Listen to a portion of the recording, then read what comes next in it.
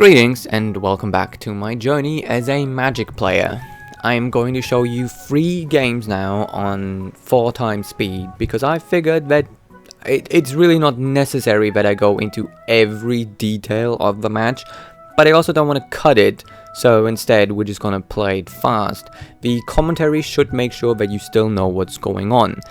Anyway, I've played the Abysmal Water first because it's gonna go on the map tapped anyway, so we might as well play it first.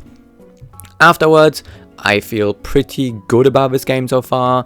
We were able to destroy his strongest creature and kind of try to keep ourselves from losing too much health in the early game, and so far it's really good. It's everything we need is right there. And we are just going to discard our Demon of Loathing here and create some treasures. That way we can guarantee that we can play Olivia Crimson Bride next turn. And we will also be going ahead to do that. So I feel really confident right now, thinking that everything seems kind of perfect the way I want it to be.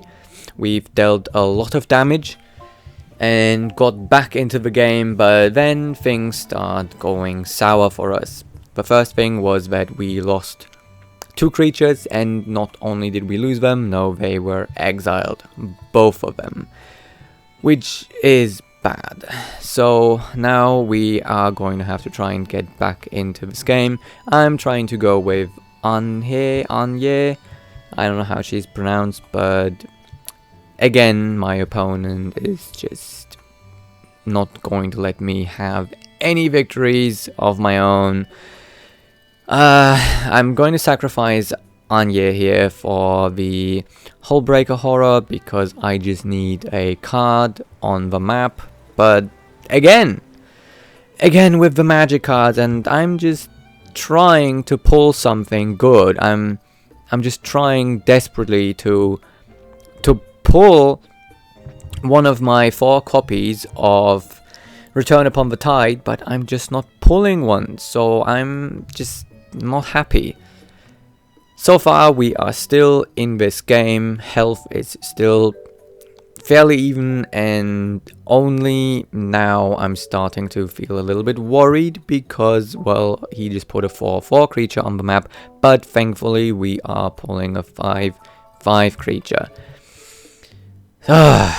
Finally back in the game, but well, that doesn't last because this enchantment sucks. While it doesn't take the creature off the board or anything like that, it means that my creature cannot attack, and it also doesn't deal any damage when defending. So even though I could potentially defend against his 6/4 unit here to kill it, it actually doesn't kill it, but at least we are able to get rid of the enchantment. And at this point I'm not sure if I can still win, because obviously I have very little health, and well, he has a lot of health. But I do one very crucial misplay here. I am not blocking his 6/4 creature. But you know, I wasn't sure if I'm gonna win even if I blocked it. I don't think I would have won either way. You know, either way, I probably wouldn't have won. And even though I could potentially come back at this point, he has a flying creature. I can't block it. That's that. So game number 2. I like the card, the hand I pulled. Again, playing the Abysmal Water right away. No, it's called Dismal Bay Water or something. I don't know what the card is called. It's the black and blue land card. It comes onto the board tapped, which is why I like playing it on turn 1, because I don't really have a lot of things I can play in turn 2 anyway, so I might as well get, you know, rid of the tapped feature on this card right away. Alright then, so far everything's going quite well. We are most likely going to go ahead and play the Cathartic Pyre here. No? Okay. Oh yes, no, we are playing it, but we play the Talisman first. So let's get rid of a creature card. And you could have argued I could have discarded one of my Olivias and then resurrected the Olivia, but I didn't want to do that. I just wanted to have the backup. You know, just in case my original Olivia gets killed, I can just put my second Olivia on the board. We also grabbed ourselves a Return Upon the Tide, so this looks really good so far. And down to 7 health.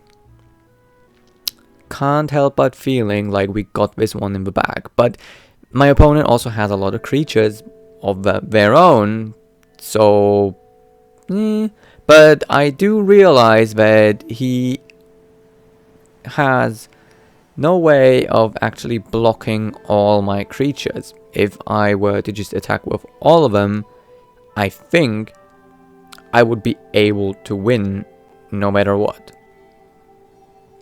because 2 creatures need to be blocking Tergrid, because Tergrid has menace, so 2 creatures would already be having to block there. And then that leaves 2 others who can block Olivia and Anya. So while perhaps this turn they could get away with, you know, another turn, they decide to not block proficiently and I win the game. Next opponent was a little bit trickier to deal with than the previous one, but we got a pretty decent hand here again. Once again, Dismal Baywater and Return Upon the Tide foretold, so we are on a good path to our win strategy. We can place down a lot of our Haunted Ridges. Haunted Ridge is really a very good card. It's a very good land to have because you don't need to put it on the board tapped, but it also has a double mana pool. I don't know how to call it. It does have 2 possible manas that it can produce. I'm not really too stressed about my pet creature being killed there because I can simply kill his creature in return. Then we're going to put down another Dismal Baywater or whatever it's called. We can discard cards and then we can discard even more cards. There we go.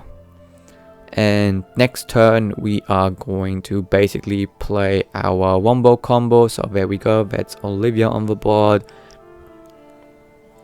I decide to not play Cathartic Pyre here because you never know, you might need it to deal damage, and that's exactly what I'm going to be using it for.